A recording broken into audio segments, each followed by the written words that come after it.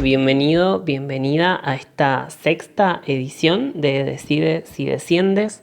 Estamos nuevamente en este segmento de compartir vía YouTube y vía iVoox, que son los dos canales a través de los cuales podés conectar con estos aportes y que también los podés encontrar, dicho sea de paso, en la página web de Centro de Estudios Globales. Recapitulando un poco lo que veníamos trabajando a lo largo de este aporte que voy compartiendo por aquí en Decide si Desciendes, estuvimos hablando al principio de qué venía este año, ¿no? De qué venía esta implicancia en los procesos de decisión. Ahora, fíjense que estamos en un proceso de cuarentena obligatoria y en donde la situación se vuelca para una introspección, para un trabajo interno. Pero además de esto, que ahora vamos a seguir hablando un poco de este esquema, también fuimos abordando lo que era el dominio personal, o sea, aquello que tiene que ver con lo que tiene peso para mí y la atención que le pongo a eso que tiene peso para mí, aquello que tiene un valor, aquello que incluso me puede provocar carga, incluso me puede provocar conflicto en mi contexto cotidiano y en lo cual implicándome puedo generar un aporte, puedo generar una capacidad para responder. Ahora bien, estábamos también desarrollando un poco y deconstruyendo lo que son los modelos mentales. Hablamos del modelo mental 0, justamente ese punto de apoyo de los programas, esa estructura de apoyo de un programa y de la construcción de una mentalidad.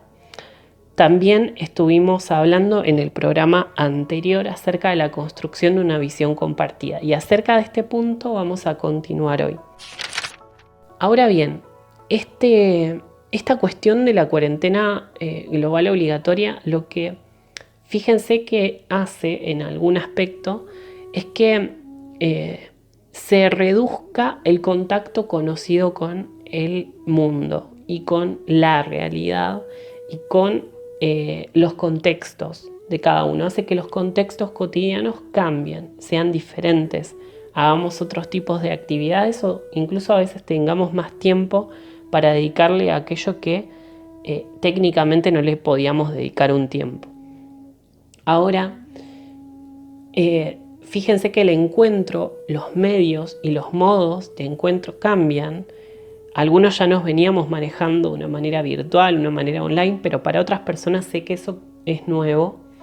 Y en ese contacto online, en ese contacto virtual, necesitamos mecanismos, necesitamos recursos para conectar con las demás personas sin perder, digamos, de vista aquello que nos conecta.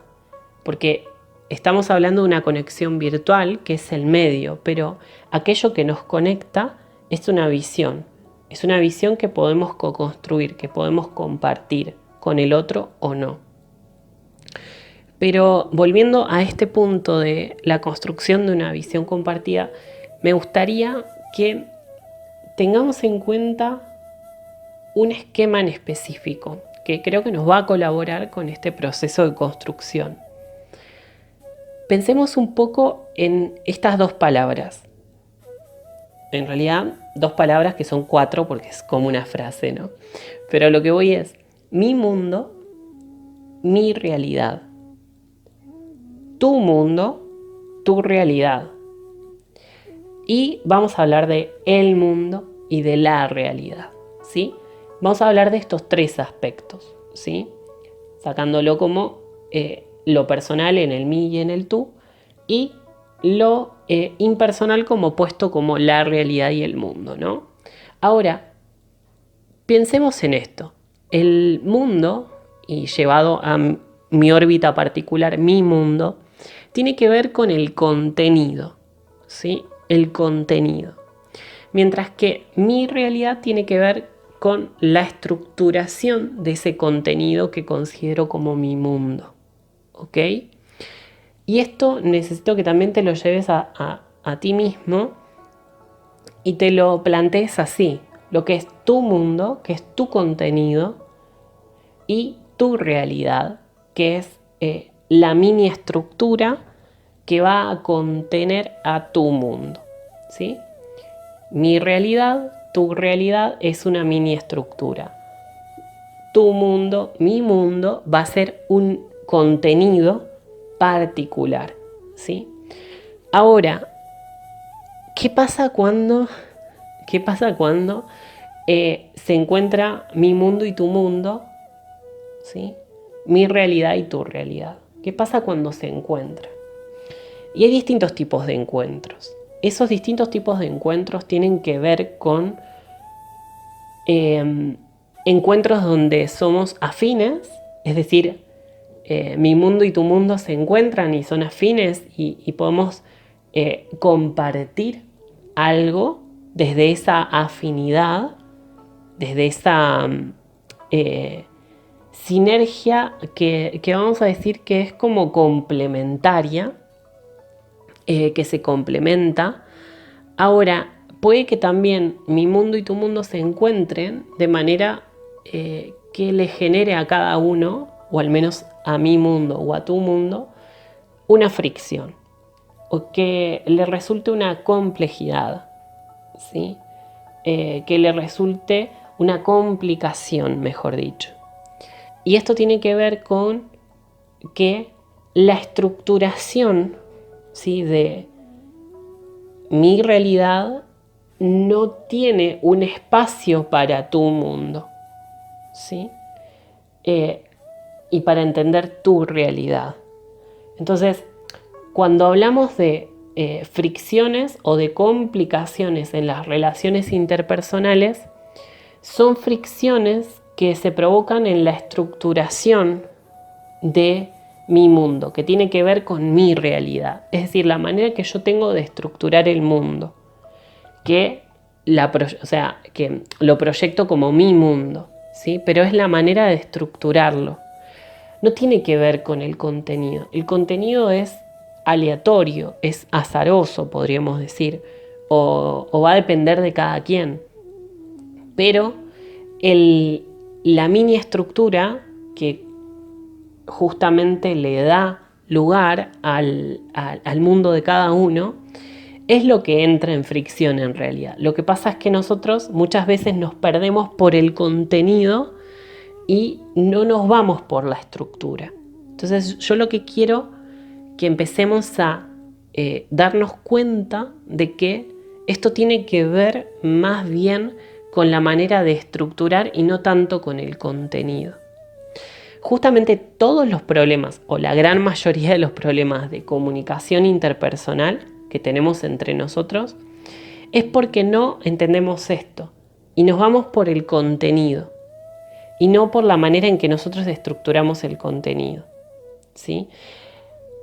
Porque muchas veces, y esto lo comparto porque me parece algo que es esencial y que creemos que lo que significa para mí una cosa es lo mismo para el otro, pero fíjense que eso tiene que ver con contenido, un significado tiene que ver con un contenido. Ahora, la referencia o el criterio que va a tener la persona para apoyar ese significado, para construirlo, digamos que ahí está el tema, ahí está la cuestión, ¿sí? Tiene que ver con las perspectivas, las perspectivas que se apoyan en determinadas referencias, ¿sí?, que una persona tiene para construir algo. A ver, ¿cómo lo pongo más simple? A ver, es algo un poquito difícil de explicar quizá para este espacio, pero voy a hacer el mejor intento. Pensemos en la manzana, ¿sí? Una fruta, ¿sí? Ese es el significado. Yo me puedo imaginar en mi cabeza una manzana, ¿sí? Una manzana de color rojo, de color verde, bueno, dependiendo, ¿sí? Pero digamos que esa imagen que se me aparece, vamos a llamarla un referente visual, digamos, que tenemos. Ahora, el significado, fruta, ¿sí? Manzana es una fruta que proviene de el manzano, que es una planta, ¿sí? Ahora, cuando nosotros hablamos de significante, perdón, no de referente, que es la construcción de una imagen, quizá visual, ¿sí? Que tenemos acerca de la manzana, ¿no? Cada uno. Cuando hablamos del significante estamos hablando de la palabra. Y estamos hablando de cada una de las letras que componen esa palabra. Que por ejemplo, digamos en español se escribe M-A-N-Z-A-N-A. Pero bueno, en inglés va a ser de otra manera, ¿sí? Va a ser Apple, que va a ser A-P-P-L-E, ¿sí? Entonces, ¿qué va a pasar? Acá es donde, bueno, podemos hablar de una resignificación. Yo no soy lingüista para nada, no soy lingüista, esto es de atrevido, como dice una amiga. Pero creo que en este sentido la lógica loal convergente tiene un gran aporte de valor para hacerla a la lingüística. Y cuando se va en lógica loal convergente, a deconstruir las palabras por medio de los números y de lo que son frecuencias, que los números son otra dimensión del lenguaje, ¿sí? Tenemos que entender que los números que se utiliza en lógica loal convergente no es numerología, ¿sí? Sino que es otra dimensión del lenguaje, ¿ok? Se lo saca del misticismo de la numerología y se lo apoya en una ciencia, ¿sí? En una ciencia que tiene que ver con una interdimensionalidad, ¿sí? Las letras son una dimensión del lenguaje y los números son otra dimensión del lenguaje, ¿sí? ¿Y por qué hablo un poco de esto? Porque nosotros vamos a... Ahora, qué fácil decir, ¿no? Manzana, el significado, todo divino, ¿no? Pero ahora, cuando tú te vas, por ejemplo, a la palabra conflicto y la querés definir, bueno, cada persona va a tener una definición muy diferente, ¿sí? O respecto de, por ejemplo, no sé, de lo que es un inventario, un balance, qué es un gasto, qué es una inversión, qué es un ingreso, qué es una ley, qué es una norma, etcétera, una infracción, por ejemplo. Bueno, ¿qué es todo eso? Está bien, todos vamos al diccionario y lo tenemos ahí divino al alcance de la mano, el significado. En todo caso, si no sabemos algo, está todo bien, ¿no? Pero ahora, yo te pregunto, ¿qué es para vos eso? ¿Sí? Cuando hacemos eso, entramos al significado. Y el significado nos va a hablar a cada uno de dónde estamos parados, ¿sí? De dónde estamos parados para tener esa visión. Porque una visión se construye en función de un punto, de una posición, y que me va a dar una amplitud, una perspectiva, ¿sí? Ahora, el diccionario podemos decir que es como la visión más, vamos a ponerle como la más neutra, ponele, ¿sí?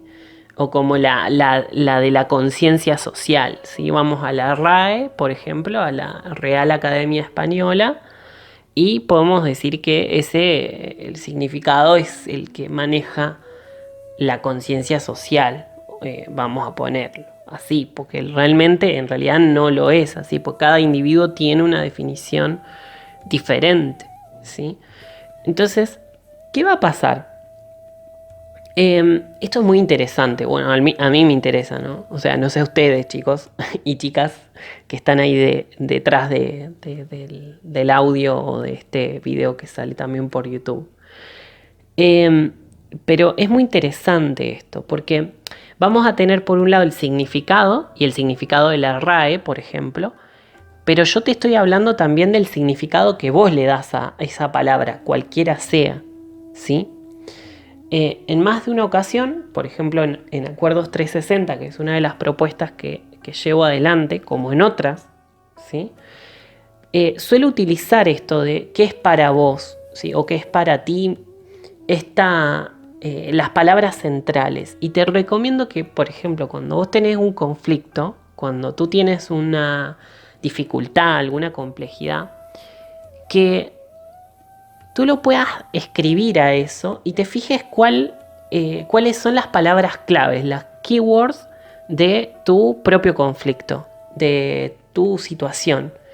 Y esas palabras claves tú las puedas definir de acuerdo a cómo vos te sale, ¿sí? Cómo vos te sale. O sea, esta palabra es central en mi conflicto y qué entiendo yo por esa palabra. Ahí estamos yendo al significado, fíjense. Y lo que estamos aplicando ahí es algo, una disciplina que fue desarrollada por Michael Hall y que es la neurosemántica, ¿sí? Que claro, se dio cuenta de que sí, está bien, todas las palabras tienen un significado que lo va a dar, por ejemplo, podemos decir la RAE, podemos buscarlo, está todo bien, pero a ver, cada persona entiende cosas diferentes, incluso acerca de una misma palabra, ¿sí? O sea, una misma palabra para mí es una cosa y para vos es otra cosa. Tiene un significado diferente. Esto se llama las palabras que tienen un diverso significado. Pero ese diverso significado no tiene solo que ver con que, por ejemplo, la palabra banco puede ser un banco de plaza, puede ser el banco al que vas a depositar dinero, sacar dinero o a pedir un crédito, o puede ser el argentinismo de no te banco, de no te soporto, ¿sí? O te banco, te soporto, ¿sí? No se trata de eso, estamos hablando de el significado que tiene cada palabra, ¿sí? Para cada uno de nosotros. Ahí estamos hablando de neurosemántica. Pero está muy bueno ponerlo esto en práctica cuando estamos frente a una fricción o cuando queremos explorar algo y queremos abordar algo y queremos acercarnos a la cosa, pero partiendo de tu propia posición, ¿sí? Entonces, ¿a qué viene todo esto cuando hablamos de mi mundo, tu mundo? Fíjense que mi mundo y tu mundo tienen que ver con los significados que cada uno de nosotros tenemos acerca de cada una de las cosas. Y eso hace a mi mundo y a tu mundo. Pero detrás de eso está mi realidad y tu realidad, que es tus referencias que estructuran, las referencias que van a estructurar esos significados de mi mundo y de tu mundo. Ahora, ¿qué es esto de que la lógica LOL convergente le puede agregar un valor más profundo a la lingüística? Y creo que lo estoy pronunciando bien, si no, alguien que me corrija. Ahora, ¿por qué? Porque va a ir a la otra dimensión. O sea, el aporte de valor que le va a hacer a la lingüística es que va a ir a otra dimensión de lenguaje, que no son las letras y que son los números, que es otra dimensión del lenguaje, ¿sí?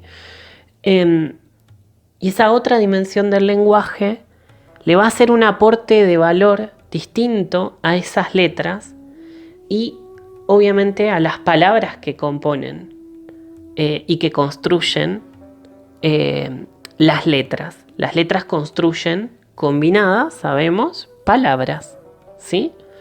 Entonces, les va a hacer un aporte porque va a ir al aspecto más estructural de ese significante, ¿sí? Que son las letras.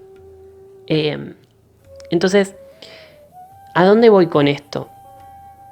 Estoy yendo a que nosotros le podemos agregar un sentido diferente, ¿sí? Un sentido diferente, un significado distinto, sumergiéndonos en otra dimensión del lenguaje que son esos números.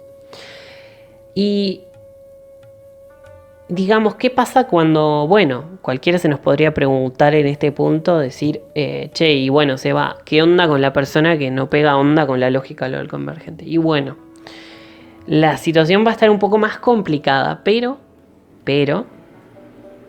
podemos hacer el ejercicio de la neurosemántica y darnos cuenta de cuáles son los límites que tengo en el significado, ¿sí? ¿Qué límites tengo en el significado de la palabra que configura una palabra clave respecto de una situación complicada que me encuentro vivenciando, por ejemplo? Y que puedo encontrar que esa palabra se encuentra limitada en su alcance porque no contiene algún evento de la realidad. O sea, no contiene a aquello que está sucediendo. El tema es que, bueno, eso que está sucediendo, ahora yo lo tengo que tomar como un aporte de valor a los significados que ya tengo. No que viene a amenazar a los significados que ya tengo, sino que les viene a agregar un valor, ¿sí? Entonces, ese permiso, digamos, es el que es la actitud que puedo llegar a tener como reflexiva, como abierta, de apertura y de autoindagación, que me puedo plantear en mi realidad, dejando una puerta abierta a esa realidad, a la realidad, ¿sí? Y a el mundo, ¿no? Entonces, ahí vamos a ver cómo mi mundo se empieza a nutrir y empieza a crecer, ¿sí? Y mi realidad también amplía quizás su estructura, va a redundar en una ampliación de esa estructura interna a cada uno de nosotros. ¿Y por qué viene todo esto dentro de el punto de construir una visión compartida? Porque justamente necesitamos de conectores que nos colaboren en ese construir una visión compartida, de cómo nosotros podemos conectar mi realidad con tu realidad a través de la realidad, ¿sí? Que nos contiene. Y ese aporte, ¿no? Ese aporte que también cada uno tiene para dar y que va a construir una visión desde, lo voy a decir en particular, ¿no? Desde mi mundo y mi realidad, voy a aportar una visión. Y ahí va a haber diferencias que tienen que ver con la visión que yo comparto y que yo aporto. Me hago la pregunta, ¿no? ¿Aviva la conciencia o aviva el trauma? Y creo que esta es una sana pregunta que nos podemos hacer. Si la visión o el aporte que yo estoy brindando está avivando la conciencia o avivando el trauma. Cuando avivo el trauma, lo que estoy haciendo es que el otro muy probablemente dependa de mí, es decir, generar codependencias, no interdependencias, generar codependencias. Y voy a hacer que la cosa quede en lo que lo que hubiera podido, lo que se pudiera si no hubiera pasado tal cosa, ¿sí? Traumáticamente. O sea, suspender las cosas en vez de atenderlas, ¿sí? En vez de ocuparme. Y también un síntoma que nosotros podemos visualizar o ver cuando estamos avivando el trauma es que se generan membranas, vamos a decir, de resistencia, es decir, de polarización y de no entendimiento, donde no hay una comprensión. Y esto lo podemos ver porque no hay paz con lo que sucede, no hay paz con lo que es. o sea, no puedo tomar el aporte de la realidad, no puedo tomar eso que está pasando como es y qué agregado de valor me está produciendo, sino que estoy en constante lucha o en constante huida. ¿Y cuál es el factor de avivar la conciencia? Cuando avivo la conciencia voy a activar una capacidad generativa, voy a activar otra cosa, voy a activar una apertura, voy a activar un espacio donde es posible la generación de una capacidad para responder, donde somos interdependientes, donde yo aprendo y vos me enseñás, vos aprendés y yo te enseño, y hay un feedback, hay una retroalimentación donde ambos crecen, ambos crecemos. Y esa es la diferencia entre avivo la conciencia o avivo el trauma, ¿sí? Son diferentes visiones, ¿sí? Cuando avivamos el trauma, avivamos el miedo, avivamos lo que es la incertidumbre y el miedo a la incertidumbre, no la estabilidad en esa incertidumbre. Nos quedamos, digamos, cómodos en la incomodidad que no nos genera, que es no generativa. Nos quedamos solo en la queja, ¿sí? Y con esto no estoy diciendo que te dejes de quejar, sino que estoy diciendo que la queja tiene un aspecto que es generativo cuando lo tomamos desde la apertura, desde una mentalidad que busca un aprendizaje, ¿ok? Entonces, esto es importante que nos lo preguntemos, ¿no? ¿Qué hacemos con las visiones que generamos, con aquello que proyectamos? Y si aquello que queremos aportar es un aporte que aviva el trauma o aviva la conciencia. Y bueno, esa era como la comanda que hoy quería compartirles a través de todo este recorrido que bueno, espero no haya sido aburrido y que espero que les haya aportado. Y antes de concluir, quiero recordarte que bueno, que están todos los medios habilitados, tanto de Facebook como del Instagram y de la página, para que me compartas tu experiencia con todo esto, tus dudas, tus aportes. Y que bueno, nos vamos a volver a encontrar en 2 semanas. Y bueno, nada, hasta acá hemos llegado por hoy. Te mando un abrazo grande y estamos en contacto.